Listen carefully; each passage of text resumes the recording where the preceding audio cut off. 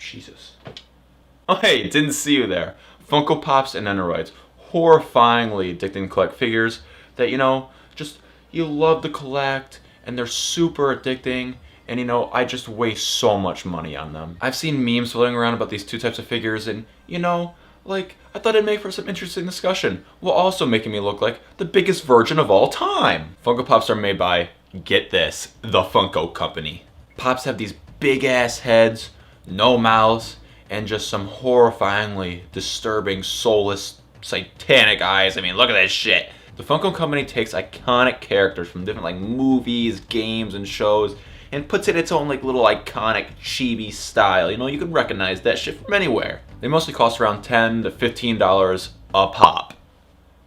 Get it? Then we have Nendoroids, made by the Good Smile Company. They're somewhat similar to Funko Pops in the sense that they have this still cute chibi style, but obviously, just by looking, you can probably tell they have a little bit more quality to them. Besides a few exceptions, Nendoroids are mostly based off of popular animes and mangas, none of that mainstream movie game show shit, just mostly the weeb culture, or better known as my culture. Nendoroids mostly cost around $40 to $50, and you might be thinking, wow, Branddaddy, that is a lot of money, and you know how many copies I could buy of Shower with Your Dad Simulator 2015? And to that I say, probably a lot, but I'll tell you why, real quickly, why $40, $50 is kind of a justified amount for an Nendoroid.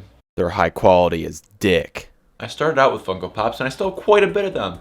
And, it was nice at the time, but then I switched over to Nendoroids because, collecting both can get a little bit crazy if you get what I'm saying. It's a lot of money. So now I don't have no bias or hate against either type of these figures. I thought, man, let's start talking about the quality. It could be so much fucking fun. Funko Pops are an okay quality, and it's kind of understandable for the amount they cost. They're totally passable, and some of them actually look pretty good, like my Kingdom Hearts Sora riding a Heartless Wave. That shit's badass. There are some basic finer details that, Funko Company decides to add to their little pops to make them more recognizable. For example, they have Post Malone's tattoos all over his face. That's some wacky shit. And then they also got Eleven's Eggos and famous ketchup stain. However, Funko Pops are mass produced, and the quality can get a little iffy, just a little bit. The paint jobs can get kind of fucked up, and sometimes they even lose limbs. I've seen it happen. It's very rare, but it happens. But Nendoroids are hand painted, and they ooze quality. Don't believe me? Take a look at this little neat deed. Subaru Natsuki is the protagonist from the beautiful, beautiful anime ReZero. My favorite show of all time. Watch it. It's great. You won't regret it. They made a Nendoroid for him, and they gave him this little grocery bag accessory, and it's really neat and cool. And it's a callback from the first episode where he was putting fucking groceries in his bag. Get it? It's the grocery bag from the first episode. Oh my god, attention to detail. I'm just kind of fucking around. The bag isn't what's super detailed, it's what's inside the bag. In the first episode of ReZero, Subaru puts these fucking noodles in his fucking grocery bag from the first episode. It's only one episode that happens. And in the grocery bag accessory that the Nendoroid has, you can see the outline from the outside of the bag. The cup of noodles, it's such a small and subtle detail that most people won't know, but oh my god, that's such a little detail they didn't need to add, but they did, and it's so cool. Oh my god, how did I ever get laid? Nendoroids are colorful, expressive, and they have removable parts, bro! When Funko Pops lose their limbs, you can't get that shit back on unless you got super glue or some shit. You know what happens when a Nendoroid loses their limbs? Totally fine.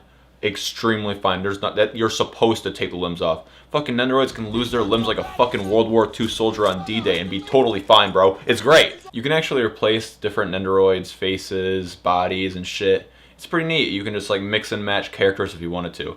I don't know why you would, because then you'd fucking forget which pieces go to which character, and it'd be all kind of fucked up. So I recommend you just keep your fucking figures and all their parts to the same character in the same box. Don't fuck around with that. It's happened before. It gets really confusing. Quality-wise, I gotta give it to Nendoroids on this one.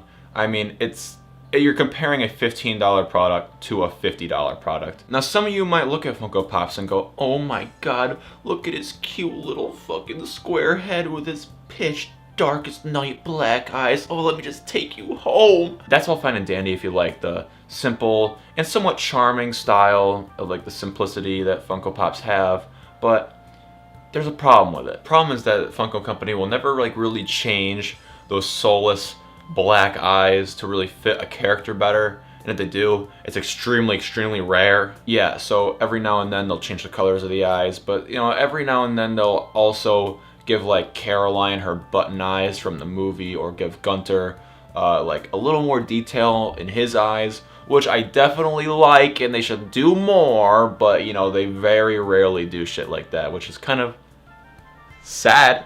Like, I get it, you're trying to stay consistent, but I would definitely do it a little bit more to some characters that, you know, definitely need it.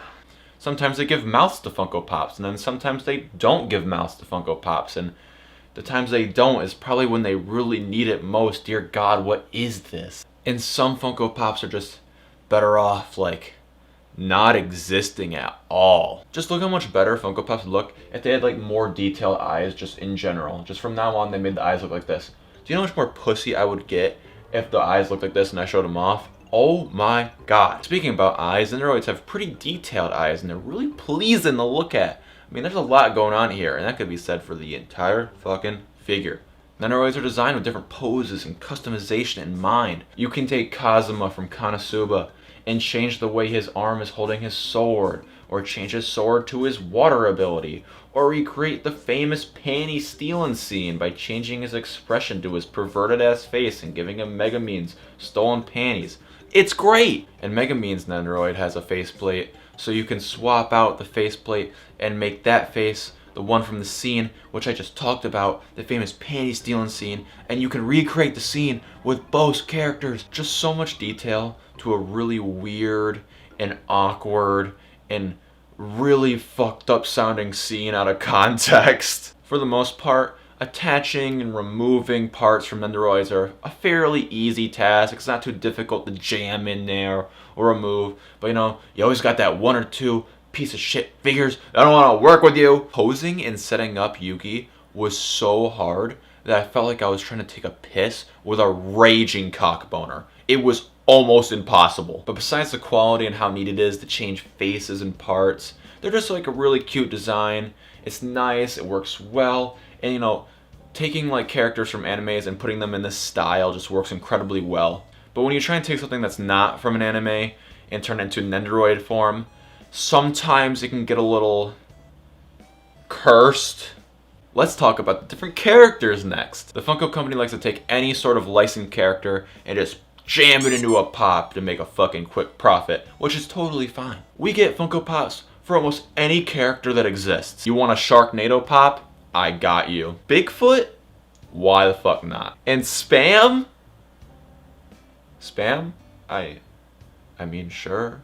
What I'm trying to say is, if you have a character you like and you want a Funko Pop of it, it probably exists, and if it doesn't, it will pretty soon, probably. Obviously, Nendoroids aren't as diverse because they're focusing on anime and shit. You get characters from ReZero, Demon Slayer, My Hero Academia, and, you know, Death Note, shit like that. While the Funko Company does make anime Funko Pops, it's not nearly as much as Nendoroids would be, because Nendoroids focus on anime. However, Good Smile Company has branched out and made Nendoroids not based off of anime, such as like Doom Guy, the Witcher series, and for some reason Harry Potter. Why not? But don't be fooled. There's not a lot of mainstream media Nendoroids, so you're mostly gonna be getting anime bullshit, which I love. That said, I gotta give it to Funko Pops for having such a diverse amount of characters to choose from, compared to Nendoroids that just stick with anime. Like, if I wanted a fucking Rick and Morty Funko Pop, I can go out and get one of those bitches, you know what I mean? There's not going to be a Pickle Rick Nendoroid, and if there was, it'd be kind of terrifying. Let's say you walk into the Funko Pop store, and you see a Kingdom Hearts 3 pop, and you go, oh man, I love Kingdom Hearts, it's such a great series, let me buy this to show that I actually care for this series, and I like it. And then when you pull that Sora off the shelf, you see that Riku and Mickey pop that was hiding behind them. And then behind Riku and Mickey there's a Vanitas and a Heartless Pop. And by that point, there's no more Kingdom Hearts Pops left in the store. So you go, oh shit, I think I got them all. So you ring it up to the counter, spend way more money than you probably should have, and head on home. When you're admiring your collection at home, you look at them, and you get this strange feeling to go online and look and see if you missed any, if there wasn't any in store. Maybe you missed a couple that are online only, and you look, and dear fucking lord, what is this? There's Soras with different Keyblades. There's Soras from Monsters Inc. There's Soras with different form changes, and you realize that all these Funko Pops that just have slight variations still cost 15 bucks a pop. Do you get it? Did you get it? 15 bucks a pop. So if you basically want the whole set of a series, you're basically going to have to pay for a certain character like 7 times to get all different variations of that one character. Nendoroids don't really have this issue as they come with accessories, and you don't really need a whole separate Nendoroid just to have one accessory change, because it all comes right in the beginning. It's a one-time deal. However, Good Smile Company has been doing this thing where they add a DX version of a figure. Basically, they include more accessories to the DX version of the figure compared to the normal version of the figure. So basically, you just get more accessories for a little bit more money. And you know, I probably would just rather buy this DX version for a little more cash so I don't miss out on all the accessories that I'm getting, all the little extra ones. Even though I know I'm going to pose this thing and set it up once and then never change its pose or accessories ever again, I'm still getting the DX version. You can't stop me. Sometimes the character, like Megamine, can get a second Nendoroid figure, and you know, it's a completely different outfit with completely different accessories, and that can be up for debate of whether or not that's worth another like 50 bucks purchase for a same character, but you know, just different accessories and outfit. Like, it's kind of like iffy. I bought it, and well, the quality is really nice, and it was definitely worth the purchase in my opinion. It looks fucking weird having the full set of Konosuba characters together, but now there's 2 Megamines, and it just doesn't feel right. It just looks off because there's 2 of the same character. Can you see where I'm going crazy with this? I do not know what I'm doing with my life. But Branddaddy, what's easier to collect? Well, my child, it's all about how you want to go about it. You see, most people want to keep their Funko Pops nice, safe in the box and prison for the rest of their pathetic plastic lives. Since they're not customizable like Nendoroids, why would you need to take them out of the box? You can't set them in different poses or anything. You can't change their parts. Like, you might as well just keep them in the box. They look kind of cool in the box. They kind of look better in the box, in my opinion. If you want to keep the value of your Funko Pop, definitely keep it in the box. That's what keeps the price normal or higher than you originally bought it. If there happens to be like a single crease or dent or tear on a box, just like the smallest shit, all these hardcore collectors go fucking ooga booga ape shit like, what the fuck is this little fucking tear on my box? No, it's no fucking good. I don't want to look at it. It's worthless. I'm never going to be able to sell this shit on eBay for fucking triple its price. What the fuck? So you better hope if you have a valuable pop that you want to sell in the future that it best not have any bends or tears or anything like that, or that fucking neckbeard in his basement could go ape shit on you. If you sold that shit to him on eBay and didn't include a picture of that tear, he's gonna send that shit back at you, bro. It's your fault. Never order pops from Amazon. Never. I swear Amazon lets the driver know that there's a Funko Pop in the box. They're like, hey man, there's a Funko Pop in the box. Make sure you fuck that shit up. Funko Pops have many different variations, like flocked, metallic, chrome, bobbleheads, you know, giant pops, and pops in cars. Sure, why not? Most of the time, these special variations are exclusive to like GameStop or like Best Buy or fucking Toys R Us. Rest in peace. Post-edit Branddaddy here. I forgot to mention the Chase variant. The Chase Funko Pop has slight changes to it compared to its original figure it's based off of.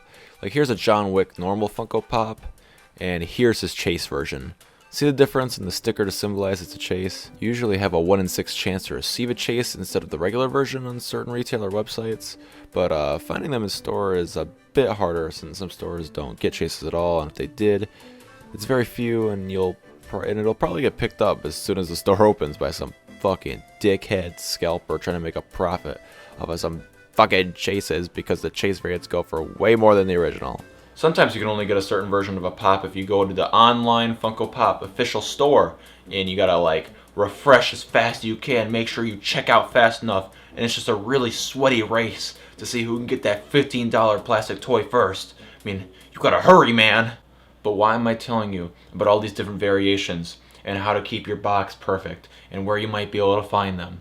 Well, let me tell you, if you want to get a certain Funko Pop that's like a couple of years old, then you're probably going to have to shell out some cash to some shady guy on eBay. Oh, you want this one Funko Pop that looks really cool to you and you want it just to enjoy and have it in your own collection because you know you're a collector and you like doing that? Oh, well, this is worth over $5,000 now. Get fucked, kid. People are so fucking stingy about having their boxes in pristine condition that I'm sure if there was like any bend or tear on that box, just a little bit, that shit would go down half in price. But besides all that, if you're not trying to get like a super old rare pop, or you're not trying to like, you know, make a quick buck on eBay, it's relatively easy to just go into a fucking store, get a Funko Pop you like, and then head out. It's as easy as that. Unlike Funko Pops, I never really seen Nendoroids raising up to prices that absurd. I have Makoto from Persona 5 as a Nendoroid, and I bought her for retail price like 50 bucks, and now she's worth like 200 on eBay. That is still a bit much, and I would never pay that much for this figure, but hey, it's a lot better than 5K. The neat thing about Nendoroids is that you can take them out of the box, because that's what you're supposed to do. You can pose them. The people who keep their Nendoroids in the box, you are fucking weirdos. But you can take these guys out of the box, and they will still hold their value, and probably be worth more than you paid for in the future if you decide to sell it. I could take them out of the box, display them for however long I want. I could come on a few of them, clean them up, make it look like it never happened. If I ever decide to sell them, I could just clean it up, sell it, and go on eBay, and it's like I got like double my money. However, Nendoroids are a bit more tedious to collect. You have to wait for Good Smile to announce a pre-order period where you find the figure you want, and you gotta wait until they say, hey, now you can pre-order it. Here's the pre-order day. There's like a start day and like an end day, and between that time or the couple days you can order that figure that you want. However, if you miss the pre-order period, then you're shit out of luck. You're not getting that character unless you wait for them to re-release the figure, which is incredibly rare, or you know, just not gonna happen ever. It could happen, it could not. Or you shell out some cash or some fucker on eBay who's selling it way more than it should be going for. They're import figures, so you gotta go to like some website like the official goodsmile.us where you could pay for absurd shipping prices, but you get like the figure on its release date for the most part.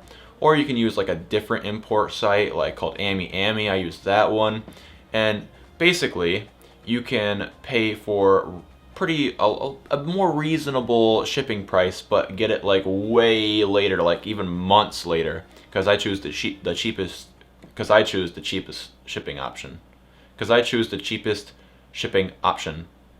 Wow, that was a really hard sentence to say. The cheap. And that's basically the only way you can really get Nendoroids is online.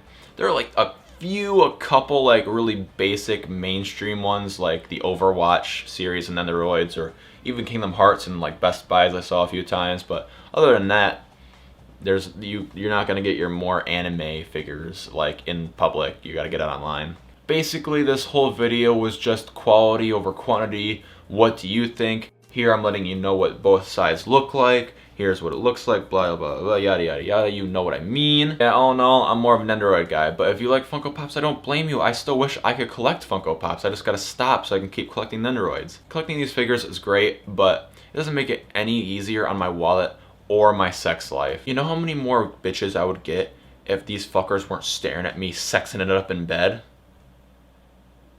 Probably still 0.